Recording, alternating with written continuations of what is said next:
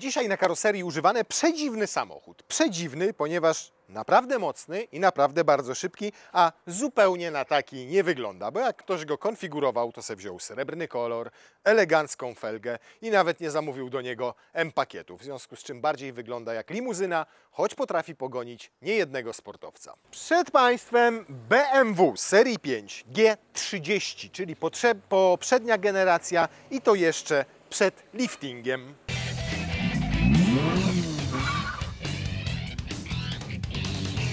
No nie wygląda sportowo, sami przyznacie. Szczególnie w tym kolorze, jeszcze w dodatku... Siema. Jeszcze w dodatku ktoś sobie tutaj wziął niepełny shadow line, bo tutaj czarne obramówki mamy przyciemniane z tyłu szyby. Czy to ktoś sobie sam oklejał? To jest tunung. Tunung? Tunung. Tunung? I to też sobie na czarno okleił? To jest, słuchaj, tunung, to jest tunung. To jest tunung. A czemu tak tunung. blisko podjechałeś znowu? Weź no cofnij trochę, przecież tu z kamerą nie wejdziemy, a tu mam parę rzeczy do... Długie auto. Raz mu nie powiedzieliśmy nie tak daleko.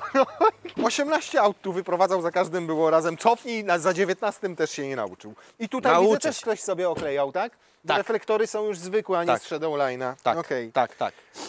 No dobrze, jak ktoś Tu jest emblemat jest czarny, jak także ktoś się tutaj lubi taki bawić tuning. farbkami, to rozumiem. Delikatny. 540i. Teraz ja będę się mądrzył, ty się będziesz mądrzył później, jak otworzymy maskę. Ja się pomądrzę teraz, ponieważ auto zostało zaprezentowane w 2016 roku, produkcja rozpoczęła się w lutym 2017 roku, w 2020 przeszło lifting, my mamy wersję przedliftową. Zbudowane zostało na platformie ówczesnej 7, czyli G11, to już była platforma modułowa, czyli w tym wypadku ją skrócono odpowiednio. Niemniej samochód wcale nie jest mały, bo ma 5 metrów długości bez tam 4 czy 5 centymetrów i rozstaw osi to prawie 3 metry bez 2,5 centymetra, więc mówimy już o naprawdę dużym przedstawicielu segmentu E. Natomiast 3 ciekawostki.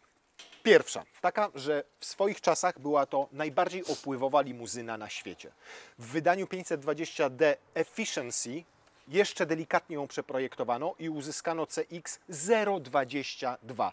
Dzisiaj współcześnie bardzo niewiele samochodów i to głównie elektryków, które nie mają na przykład chłodnic, ma tak dobry współczynnik. Druga ciekawostka jest taka, że z porównywalnym silnikiem to auto było o 100 kg lżejsze od poprzednika. A to dlatego, że do konstrukcji i całej kabiny i poszycia wykorzystano mnóstwo aluminium. Aluminiowa maska, aluminiowy błotnik, aluminiowa, co to jest? Dach. Brawo, zdałeś egzamin. Aluminiowe drzwi, aluminiowa klapa. Ze stali został tutaj tylko ten błotnik, magnes się trzyma i pozostał tylko tutaj ta krawędź, czyli cały słupek i ten słupek na dachu tutaj, a cała reszta to jest aluminium. I 100 kg zaoszczędzono z tym 6-cylindrowym rzędowym silnikiem z napędem na tył, ze skrzynią Steptronic 8-biegową ZF 8 HP. To auto ważyło 1600 kg. To dzisiaj w tej klasie to już mówimy o wartościach 1800-1900 kg. 1600 to było bardzo mało. A trzecia ciekawostka jest taka, że BMW już w 2016 roku było tak dumne z tego silnika, z 540i, czyli tego B58, że po 11 dniach od premiery, 26 września, wypuściło krótkometrażowy filmik na temat tego modelu, tylko fabularny, z Clive'em Owenem, tym samym, który zagrał, pamiętacie może, też w takim filmiku z Madonną, gdzie ją woził, był jej szoferem. Why are we going so slow? Excuse me? Z M5. To ja. To tyle ode mnie, całą resztę prowadzi ten gentleman. Ja już zrobiłem to, co chciałeś zrobić. B58 już legendarny, można powiedzieć, bo 4-krotnie zdobywał tytuł silnika roku, a słynie z tego i niektórzy nawet uważają, że jest lepszy niż ten S58 montowany w M-kach, ponieważ podatniejszy na modyfikacje i sam to wiem, bo mam Suprę, z której wyciągnąłem 570 koni mechanicznych. Na tym silniku, dokładnie na tym bloku silnika. Jak najbardziej. Jest to jeden z najlepszych chyba na obecną chwilę silników w BMC. Najmniej awaryjny, więc generalnie gdybym miał wybrać BMK z silnikiem benzynowym, to wybrałbym pewnie ten samochód, tak? W sensie ten motor. Praktycznie jeżeli chodzi o obsługę silnika, tu się nic nie dzieje, nie psują się jakieś tutaj, wiesz, jakieś typowe usterki. Myślę, że na pewno tutaj nasi oglądający coś tam pewnie skomentują, że może się coś tam u niego stało. Panewki, wiadomo, BMW. Panewki, nie? Tylko, że to nie są jakieś standardowe tematy, no są jakieś tam, nie wiem, pękający zbiorniczek płynu chłodzącego, może być, bo się zdarzały, wymieniałem to już ze 2 razy. Uszczelka pod dekiem zaworowym, no jakieś takie pierdalasy generalnie, no bo jeżeli chodzi o samo serce, to tu się nic nie dzieje. Samochód jak sam powiedziałeś, sam silnik jest bardzo podatny pod tuning, można go fajnie podciągnąć mocowo. Jakimś tam delikatnym softem robisz tutaj 400 parę koni, jakbyś tam już chciał się bardziej bawić, no to sam wiesz, turbina, intercooler, chłodzenie, jakieś już tam większe zabawy, no i robisz z niego 500-600. Tu wystarczy downpipe, sterownik Tak. i ma się 450 koni mechanicznych. Także To też jeżeli wiem z chodzi o doświadczenia. awaryjność tego samego silnika, no to tu praktycznie się nic nie dzieje. No. Rozrząd mamy na łańcuchu, tak więc jest tutaj generalnie bezobsługowy. Wiadomo, że to jest to, co ja powtarzam zawsze i moi klienci tak robią, natomiast użytkownicy niektórzy komentują, że 30 000 to jest dobrze na oleju. No to niech sobie tak jeżdżą. Ja jestem tutaj zwolennikiem jednak tego, co 15 000, bo to wszystko działa na to, że wtedy ten łańcuch się tak mocno nie zużywa, nie wyciąga, bo wiadomo, mamy świeży olej. Wymieniamy częściej filterki i tak dalej. Ceny części, no to teraz tak, nie wiem, filtr oleju około 100, powietrza około 200, kabinówka około 200, oleju, no to zależy jaki chcesz tutaj nalać, tak? No to bańkę liczymy gdzieś, nie wiem, za Czyli nie porażają te 2,5 ceny. stówy. Nie, natomiast porażają w momencie takim, kiedy chciałbyś zrobić jakieś hamulce, wymienić amortyzator, czy jakieś takie inne rzeczy. No olej skrzyni wiadomo, co 80-100 tysięcy. W Steptroniku, tak? Bo to jest ta sama skrzynia też do dzisiaj stosowana, dobrze. 8 HP, ZF-a 8 HP. Tak, dobrze zrobić sobie bo czuć naprawdę poprawę, wiesz? Czuć poprawę. A w dyfrze tylnym? Bo tu mamy wersję W dyfrze też stylną możemy napędową. wymieniać co 60 000. Nie pamiętam dokładnie, ile producent podaje, tam olej wchodzi. W No, wersjach ale w dyfer to niewiele. około litra chyba, jeżeli dobrze pamiętam. W wersjach M to jest częściej wymiana, nie? Tego oleju w dyfrze. No, ale są tam interwały, no ale wiadomo, obciążenia są on jest zupełnie obciążony inne. i tak dalej. Ale Tak, to auto olej debiut- sprawdzać przede wszystkim, no bo niestety BM-ki, no tak jak mówiłem, może tutaj gdzieś, nie wiem, jakiś uszelka dekla kucnąć i ten olej będzie podatny. Nie mamy tu bagnetu. W większości tych nowych modeli BMW nie komputerze mamy się sprawdza. możliwości sprawdzenia fizycznie bagnetem, czyli musimy sprawdzać na monitorze, a tutaj monitory są tak słabe, że no wiesz, kiedy ten olej już będzie naprawdę mało.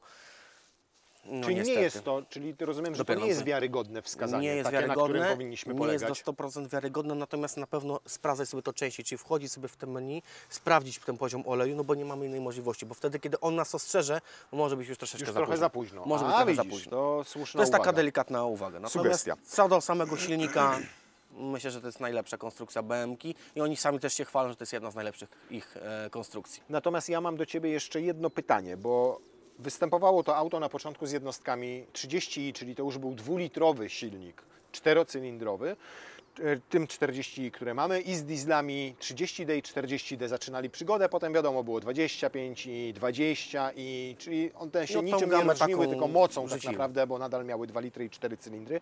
O tych silnikach co możesz powiedzieć? No są troszeczkę bardziej awaryjne niż ten. Ja uważałem, że tych aut jeździ trochę mało, ale tutaj się do Ciebie dowiedziałem. Nie no, 30 jest że mnóstwo ich tych jeździ piątek. dużo. No ja u siebie akurat jeżeli chodzi o mój serwis, przyjeżdża ich naprawdę bardzo mało. Generalnie jeżeli chodzi o benzynę, to najwięcej przyjeżdża do mnie tych samochodów. Nie wiem, czy to jest kwestia wyboru klientów, ciężko mi powiedzieć. A w dieslu? I wszystkie diesle. Tak praktycznie diesle to cały przekrój tych przyjeżdża do mnie. To nie? co z diesla wybrać? Wiesz co, no z diesla, nie wiem, no to jeżeli chodzi mówimy o używanym samochodzie, Tak. no to chyba tą dwulitrową jednostkę, no nie wiem, czy bym się tą 3-litrową pchał. Ale jest bardziej sumie, awaryjna wiesz czy co? droższa w utrzymaniu? Droższa w utrzymaniu, no bo wiadomo, wiesz, więcej oleju, więcej na pewno spali, trochę droższe eksploatacyjne części, no i hamulce większe i tak dalej. Tu same hamulce do tego samochodu, bo ma inne hamulce niż słabsza wersja, no to klocki kosztują w serwisie 2600 zł. No to jest, O Jezu. kurde, wiesz, to na abstrakcja, nie? Klocki same? Same Razem z klocki. tarczami. Nie, tarcze kosztują 3400. O Komplet. matko. Dwie tarcze. Ale rozumiem faso, tak? W ASO, tak. W ASO no i też musimy być uczuleni na to, że niestety wiesz, czas pracy w ASO jest dosyć drogi, bo to wychodzi około tam 1000 z groszem za roboczą godzinę. Okej. A jeżeli chodzi o usterkowość 20D versus 30D, czyli 4 kontra 6 No cylindrów? to też nie jest tak, wiesz, bo to mówimy o takich przypadkach skrajnych, tak, że wiesz, no tych samochodów za więcej, tych mniej. To nie jest tak, że te się psują więcej, a te jakoś mniej. Ja bym tutaj porównał jeden i drugi jako tak samo Okej. usterkowy. Po Czyli prostu tak naprawdę droższy może być- decydować będzie tutaj nie to, jaki mamy poziom usterkowości, bo ten jest podobny, tylko to, na jakie koszty utrzymania bardziej jesteśmy koszty utrzymania, no bo wiadomo, że ten przygotowani. 3-litrowy diesel będzie miał inne filtry, będzie miał inne hamulce i tak dalej, więc eksploatacyjnie Mhm. może być troszeczkę droższy, wiadomo, trochę będzie nam więcej palił, no tych 2-litrowych diesli jeździ chyba najwięcej, nie? 530 litrów, ale niestety Mało foremne te 530 litrów, bo oprócz tego, że tutaj mamy nadkole, to nie wiem, co tutaj jest. Wzmacniające jakieś belki? Ty wiesz, pewnie rozbierałeś ten samochód. Podłużnice na tutaj czynniki, idą. wiesz. A podłużnice, tak? No Tak i wysoko tak jest zabudowane, umieszczone? jest, No tak, bo tam jest napęd cały i tak dalej. Nie, no więc niestety. Podłoga się też nie podnosi, także Podłoga się też nie podnosi? Nie, Nic nie. Próbowałem wyciągniesz? ją. A tam akumulator Próbowałem. jest jakiś pewnie, tak? Próbowałem ją No, podnieść, matko więc- kochana. Tutaj widzę urwał jakąś tą zaślepka się urwała. są jakieś z tutaj takiego schowki, ale jakieś schowka. takie widzisz. No. Pierdoły, no nawet nie ma gdzie, pokaż to. Siatka jest, tak? Tutaj gaśnica jest. No dobra, weszła, jedna jest. No dobra, dwie wchodzą. Dobra, w porządku. A jakbyśmy... No, powiem Ci, że ta mniejsza, może, kto wie, zobacz, patrz. Tak, ale zobacz, nie doszło do końca i No i tam mamy- tracimy mnóstwo miejsca. tracimy, Tak, bo tak. tutaj jest kolejna wzmacniająca konstrukcyjna belka, o zobaczcie. I to jakbyście już chcieli pionowo tak postawić bardziej tą walizkę, no to niestety tam z tyłu musicie położyć sobie mniejsze, kabinówki na przykład, ale wtedy na ten czas onegdaj wówczas, patrz, tak Ci to wejdzie. I tu jeszcze też jest jakaś przestrzeń. Więc jak pokombinujecie, No i tu.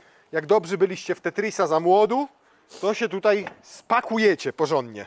Natomiast jak potrzebujecie trochę więcej miejsca, to 540i było też oferowane w wersji kombi, czyli po BMW-wowskiemu Touring. Lepiej niż dobrze, szczerze mówiąc. Naprawdę, bardzo dużo miejsca na kolana, zobaczcie. Dużo? No w cholerę. Ja mam jeszcze fotel opuszczony do samego dołu, także... No nie, na stopy też tam włożę, może nie mam tej przestrzeni tam jakoś mnóstwo, ale jest naprawdę bardzo dobrze tutaj i nad głową, zobacz też. Więc jak na limuzynę segmentu E, to naprawdę tego miejsca jest tutaj sporo. Powiem Ci, że to jest zaskoczenie akurat, bo w nowej piątce jest go znacznie mniej. Tam byliśmy w i5 akurat, która jest dłuższa, bo ma już ponad 5 metrów. Tam z tyłu jest po prostu ciasno, a tutaj jest bardzo, bardzo w porządku. Podłokietniczek jest taki jak lubimy, czyli nie ma tutaj uchwytów na kubki, tylko ma tutaj otwierane takie i to jest fajne. Szkoda, że nie ma tutaj schoweczka otwieranego, bo przecież tą pustą przestrzeń w środku można byłoby czymś wypełnić. Dwie odrębne strefy klimatyzacji z tyłu, nie, jedna odrębna, bo tu mamy auto, ale nie, możemy temperaturę sobie ustawić i dla prawej i dla lewej oddzielnie. Nawiewy fajnie, że i tutaj z boku, więc jeden możecie sobie nastawić na dół, drugi na górę, zamykane, otwierane oczywiście. Niesympatyczna za to w dotyku jest ta skóra, taka trochę skajowata, ale to też widzę, że jest podstawowa skóra i podstawowe fotele, bo były tutaj wyższe wersje wyposażenia, trochę inaczej wyprofilowane te fotele, no i kanapa jest płaściutka, w sensie nic tutaj nie trzyma nawet moich pleców, to tutaj takie delikatne, no na ostrzejszych zakrętach będzie tutaj majtało trochę pasażerami, jak kierowca sobie poszarżuje i będą pojedzie ubijać. trochę szybciej. Fajnie, że ten zagłówek tak się składa, w związku z czym wtedy nam nie zasłania tego, co jest za samochodem, jak patrzymy w lusterko wsteczne. No przyzwoicie. Zaskoczony jestem ilością miejsca. Skóra na fotelach taka sobie. Fajne jest to natomiast, że wykończenie jest naprawdę w porządku. Tutaj nie ma plastiku, tylko obite tą skórą również ten bok. No i tak, materiały, no to jest nawet miękkie i przyjemne. Tutaj wnętrze, to może wyłożono plastikiem, ale tu od tej strony jest wykładzina. To miękkie, to miękkie, to miękkie, to miękkie. To nie jest jakaś spektakularnie bogata wersja wyposażenia, ale to wszystko trzyma się kupy i wygląda, mimo upływu czasu, całkiem nieźle. Auto ma niespełna 50 000 kilometrów przebiegu. No jest dzisiaj straszne błoto, więc na pewno się przydadzą. Tak. Sobie wkładaj pod nogi. Ja mam czyste buty, ty masz ubłocone. Ja mam nówki dzisiaj, zobacz, nowe założone. Także ja też mam czystą podeszwę, złożymy Piotrkowi z tyłu, żeby było mu wygodnie. O, tak? O, to jest normalnie na rzepy. Patrz pan. Tak, tylko wiesz co? A, fajne, zobaczcie. Standardowe mają rzepy tutaj w podłodze i faktycznie tutaj takie kółka i nawet Frogum i Proline zadbało o to, żeby na te same rzepy pasowały gumowe. Zarąbiste. Tego jeszcze nie przerabiałem. Tego się nikt nie spodziewał. Po prostu każdy właściciel, od którego bierzemy samochód i nam daje do odcinka, dostaje od nas gumowe dywaniki. Karton też mu daj, bo ja nie będę tego wynosił. Powiem Wam, że przedziwna konfiguracja jest tego samochodu. Z jednej strony mamy kamery 360 stopni, mamy head-up display, a z drugiej strony fotel, mam regulację elektryczną góra, dół i oparcia, ale manualnie muszę go przesuwać do przodu i do tyłu, to samo jest w Twoim fotelu. I na przykład ekran nawigacji jest mały. nawigacja. No jakiś wariat robił tą konfigurację. W Polsce jak się zamawiało 540i, to zawsze praktycznie z M-pakietem, bo tam dostawałeś sportowe hamulce, obniżone zawieszenie o 1 cm, do tego sportową skrzynię biegów, bo ona, tylko oprogramowanie oczywiście ma inne, ale trochę inaczej zaczynała zmieniać biegi, nie? A tutaj nie ma nawet M-pakietu ten samochód. Nie ma, no tak z zewnątrz jest taki, wiesz, No zwykle. i z zewnątrz i też jeżeli chodzi o dodatki pewne do tego silnika, bo jeżeli chodzi o M-pakiet, no to to można było też dobrać sobie adaptacyjne zawieszenie, a tutaj jakie mamy? Standardowe. Zwykłe, tak? standardowe. Ona występowała też z tylną skrętną osią, z adaptacyjnym układem kierowniczym, a tutaj jest zwykły układ kierowniczy, czyli nie ten progresywny, że zależnie od tego, z jaką prędkością jedziesz, to tak się zmienia jego przełożenie, nie?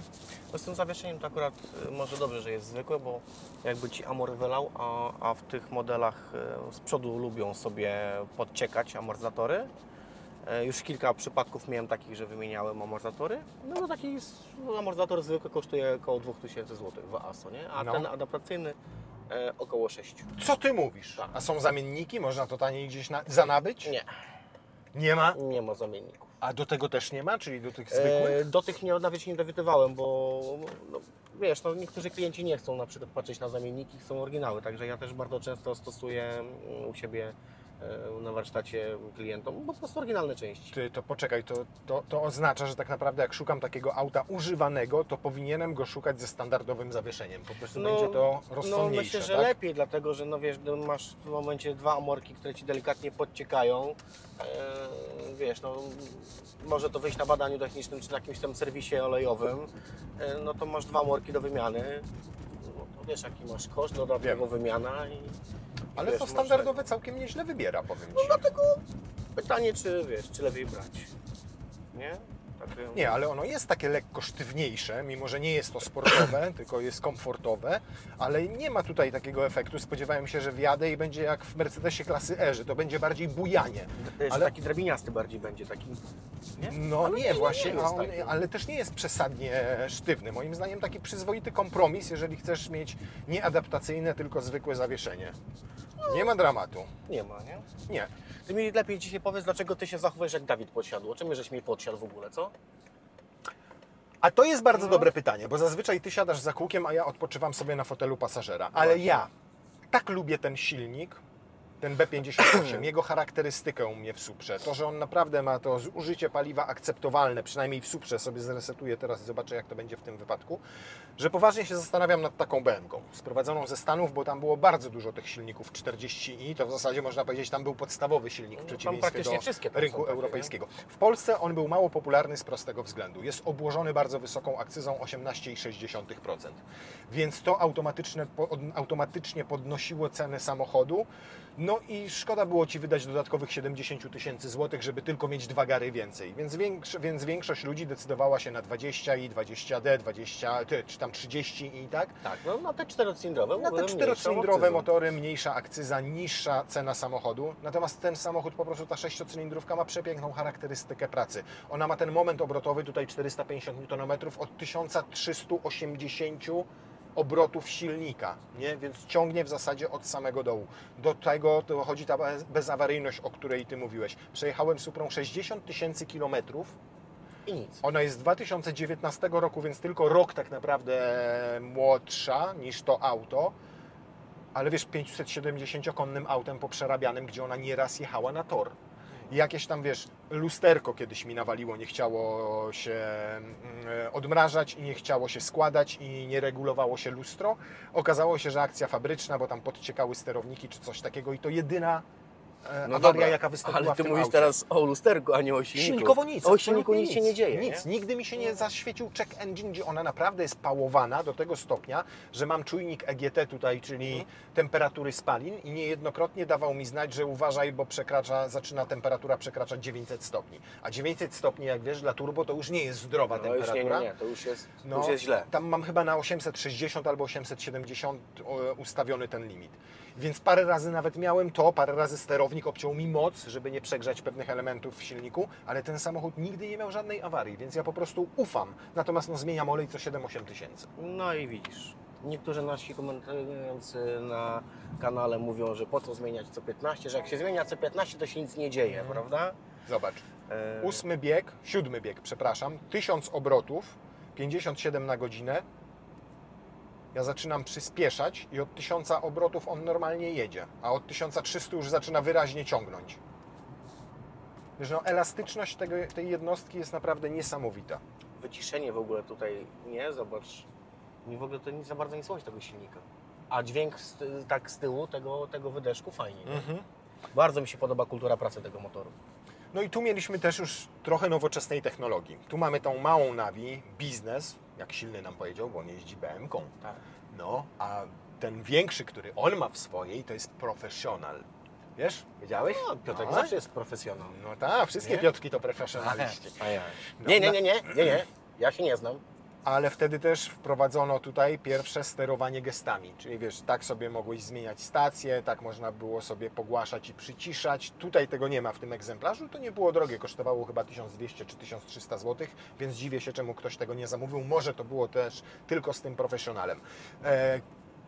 Panel klimatyzacji już był taki półanalogowy, półcyfrowy, bo na przykład jak chcemy włączyć ogrzewanie foteli, no to robimy to takimi przyciskami. Możemy wejść sobie w menu nawigacji tutaj, które nam się ukaże. Apple CarPlay już był bezprzewodowy, Android Auto też, ale na przykład temperaturę nadal zmieniało się pokrętłem i wyświetlała jest się fajne tutaj. akurat. Nie, to jest super, bo ciągle to jest logiczne, ciągle jest to intuicyjne i proste w I obsłudze. estetyczne. I estetyczne. No co do deski, co mi się jeszcze nie podoba w tym aucie, nie wiem, O. czy to było słychać tam na tych płytach. O, Nie? może to ktoś rozbierał. Także zobacz, ja tutaj bym się przeciągał w dłuższej tutaj i Zaraz złamiesz fotel. złamię fotel i Złamiesz deska. fotel, a deska rozdzielcza wyjdzie nam przez przednią szybę. Weź się nie rozpychaj, co? Tam masz Może moje pomoże. narkotyki. Tam mam twoje narkotyki. Czyli Dzisiaj, dragi. dzisiaj ja biorę dragi, tak? Tak, i to musisz dragi przykleić. Do wycieraczek. Nie, to słupka. A, słupek mamy aluminiowy. Stalowy, No nie aluminiowy, tylko stalowy. Stalowy. My stalowa lowa. Z kim ja pracuję? I teraz, mój drogi, sprawdzimy, ile energii pozostało w tych 340 koniach po 6 latach i 46 tysiącach kilometrów. 50 Tak? tysiącach. To sobie to sprawdzimy. Według danych producenta setkę 540i w sedanie robiło w 5,1 sekundy. Tylno-napędowe, bo jak miałeś X-Drive, to jeszcze urywałeś z tego 30 sekundy, czyli 4,8, poniżej 5 sekund. No, tylno-napędowe auta mają to do siebie, że ruszenie więcej im zajmuje, w związku z czym 0-100 jest czynnością trwającą nieco dłużej, ale za to potem 100-200 to już jest petarda. Wiesz, ile moja Supra ma? 100-200? Mów. 7,5. Wow. Ale zmieliła ma tylny kapeć.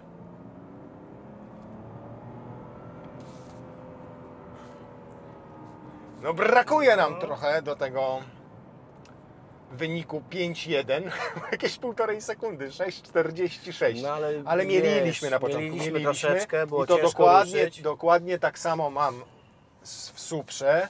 Trzeba wyczuć taki samochód i teraz go spróbujemy. I bierz jeszcze pod uwagę, Wyczuć. że silny jest najedzony Ty dzisiaj. jesteś. Ależ Teraz- ona jest wyciszona. Trochę lepiej było.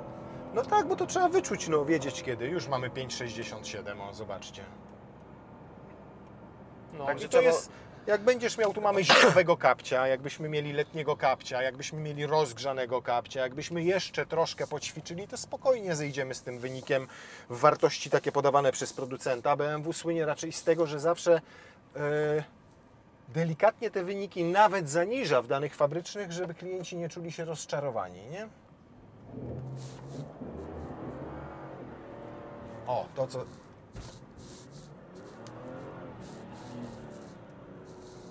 To, co każdy fan BMW lubi najbardziej. Dużo dymu. A kierunkowskazy są?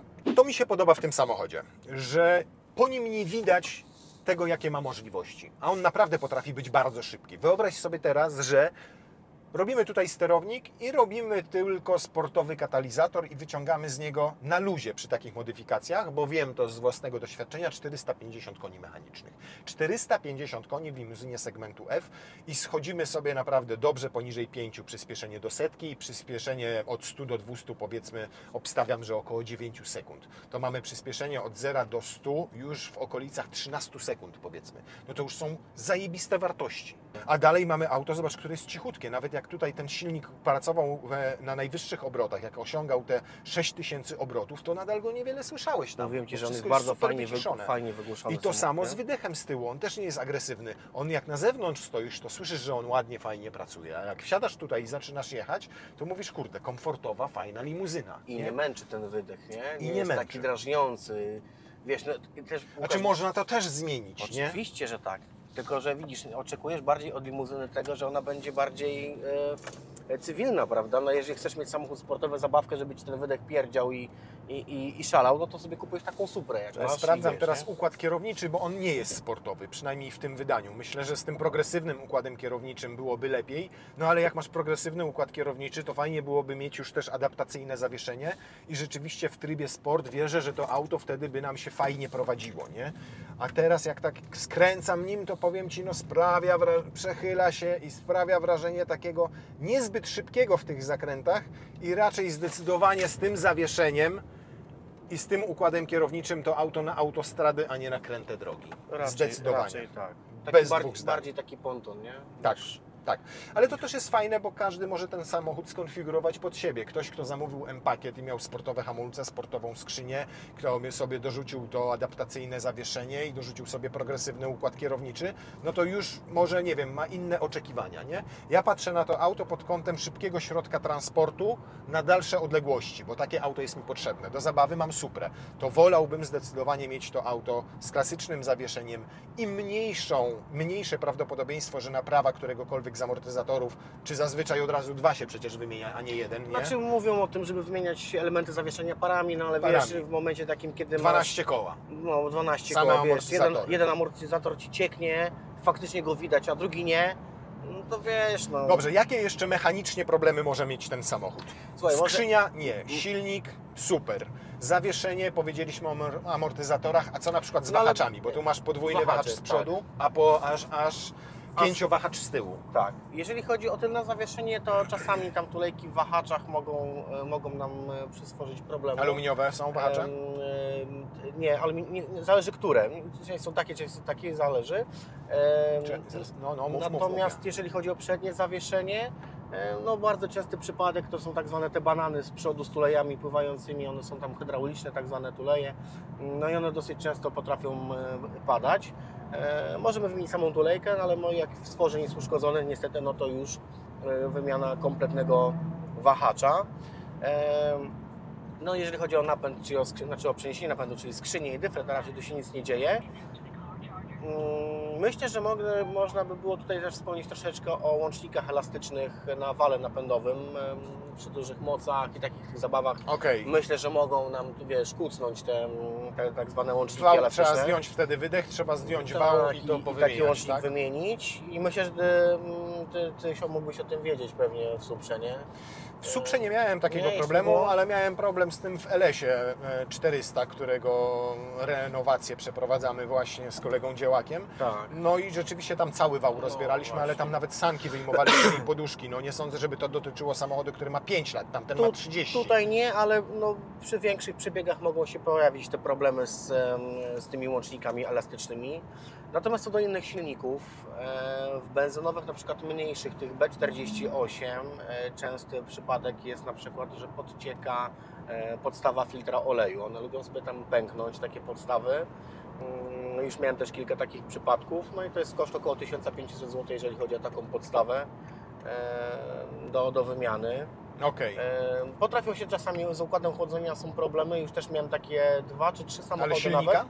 Silnika, tak. Idzie taki przewód plastikowy od zbiorniczka wyrównawczego pod kolektorem ssącym i on chyba od drgań i temperatury, która też tam jest, pęka, wiesz, robi się takie, jakby ktoś go nożykiem przeciął, wiesz, i już mówię, 2 albo 3 samochody takie sam wężyk też nie jest Ale drogi. co, ucieka wtedy płyn chłodniczy? Leci płyn chłodzący i to cieknie, no to wtedy widać, wiesz, wywali ci od razu kontrolkę.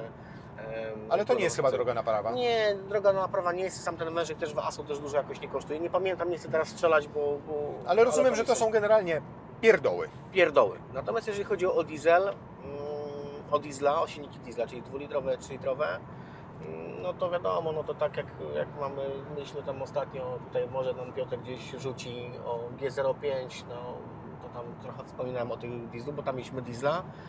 Tego 3-litrowego. 3-litrowego diesla. No cały czas mamy otwartą akcję fabryczną na zawory EGR, o chłodniczki EGR, cały czas jest akcja, czyli wszystkie silniki tak zwane Natalia, czyli N47, N57 i wszystkie silniki Barbara, czyli B47 i B57, no są narażone na tą akcję fabryczną, także wszystkich klientów i użytkowników BMW z takimi silnikami uczulam, żeby raz na jakiś czas sobie do BMW zadzwonili i się po prostu dowiedzieli o tym, czy ten dane auto ich podlega wymianie gwarancyjnej takiej chłodniczki. Jeżeli chodzi o te 4-cylindrowe silniki, to dostępność tych chłodniczek jest w miarę już tego, co słyszałem, bo jak czasami sam umawiam moich klientów tak do ASO, no to tak z tymi 3-litrowymi dieslami już jest problem. To a propos diesla, to zobacz zużycie paliwa, 120 jechaliśmy cały czas.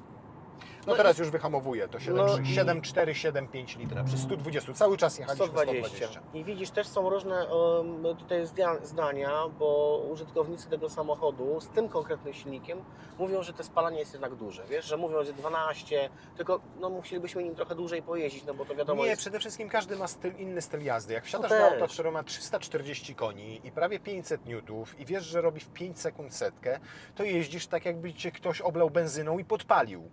Tak, A tylko jak że- zaczynasz tym autem jeździć normalnie, to się zaczyna odwdzięczać niskim spalaniem. To jest dokładnie kazus mojej Supry. Ja ją potrafię spalić 7 litrów, a potrafię spalić ją 17 litrów. Tak, tylko że bierz jedną rzecz pod uwagę. Wsiadając do Twojej Supry, masz ochotę po prostu tym samochodem zapierdalać. Nieprawda. No. To jest auto, którym zrobiłem Nie, w nie, 3 nie. lata 60 tysięcy kilometrów, choć większość czasu i tak przestało w warsztatach na modyfikacjach, bo uwielbiam ją jako daily cara. Okej. Nie tylko dlatego, że jest szybka, tylko jest komfortowa nadal w trasie, a przede wszystkim mało pali. No dobrze, no to może jeżeli chodzi o Suprę, no tu spodziewasz się od limuzyny raczej takiego spokojnej jazdy, no. Więc... Ale on zachęca do tego ten samochód. No, Naprawdę, on jest dobrze wyciszony, on jest dosyć komfortowy. Dobrze, słabo mu działa co prawda klima, chyba coś tutaj trzeba będzie nabić, bo się spociłem, ale to może z wrażeń po spaleniu kapcia. Natomiast generalnie to auto po prostu zachęca do takiej stabilnej, spokojnej jazdy, a te 340 koni i te prawie 500 newtów zachęcają Cię do ewentualnie depnięcia w momencie, kiedy musisz wyprzedzić tira na krajówce. To chodzi też o to, że masz tutaj wyższą moc, wyższy moment obrotowy, masz 8-biegową skrzynię, więc przy wyższych prędkościach, na niemieckiej autostradzie oczywiście, on będzie miał odpowiednio mniej obrotów, więc nie będzie hałasował, będzie też wtedy mniej palił. No, zgadza mi się to wszystko. to Łukasz, dzisiaj robimy odwrotnie, ja podsumowuję. Tak jest, no skoro się Tak? zamieniliśmy Dzisiaj miejscami. się zamieniliśmy miejscami, Tak. czy ja podsumowuję. Mamy bardzo fajny egzemplarz, bardzo fajnego samochodu z najlepszym silnikiem, który tutaj BMW nam proponuje.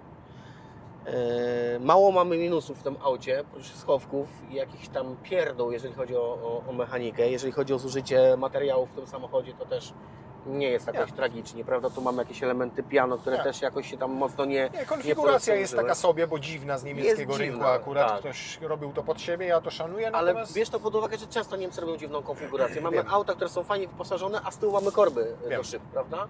Także to nie bierzemy to takiego Niemca, może sobie tak po prostu wykonfigurował. Ile? Ja bym tam, no myślę, że tutaj takie 9 bym mu dał. Auto mi się naprawdę podoba. Jest fajne. Mnie się podoba przestrzeń z tyłu na kanapie, bo jest jej naprawdę sporo. Podoba mi się komfort i podoba mi się wyciszenie tego samochodu. Podoba mi się intuicyjność nadal obsługi deski rozdzielczej i to, że mamy już nowoczesne media, ale nadal pozostało to w dużej mierze analogowe. Urzeczony jestem silnikiem samym w sobie, ponieważ, no, ale też mam do niego sentyment. Sprawdził mi się w Suprze, wierzę, że w takim aucie też by się sprowadził. Wybrałbym wersję tylnonapędową, a nie X-Drive, bo X-Drive będzie więcej palił. Nie mam teraz takich zim, żeby potrzebował napędu na 4 koła, jak mam założone zimowe opony i wszystkich asystentów jazdy. Jest to kolejne auto z tego segmentu E, którym jestem naprawdę bardzo mile zaskoczony. Ze względu na doznania z jazdy z tym silnikiem, tak, wziąłbym B58 zdecydowanie, w ogóle bym szczególnie, że to jest wymierający gatunek, umówmy się. Teraz masz nową piątkę dostępną z dieslem 20D i z 20 i z benzyną, wśród, mówię, samochodów z klasycznymi spalinowymi silnikami. Nie ma jeszcze mchewa, więc się nie irytuje tutaj dodatkowymi atrakcjami w postaci wyłączania silnika i potem ospieszałością z załączeniem skrzyni biegów i ruszeniem. Tak powiedziałbym, tak szczerze, że ostatnie fajne analogowe BMW z tym motorem. No Dlatego niestety, kochajmy BMW. zdobywa moje serce. Szkoda, że jest takie drogie, bo za używkę tego auta teraz musisz zapłacić 180 000 w takim dobrym stanie, w fajnej specyfikacji, ale to też tylko pokazuje, że to już powoli staje się rarytas. No tak, W wersji dlatego, 40 oczywiście. dlatego ich już nie ma i będzie, także kochajmy BMW, szybko. Te prawdziwe tak, niestety.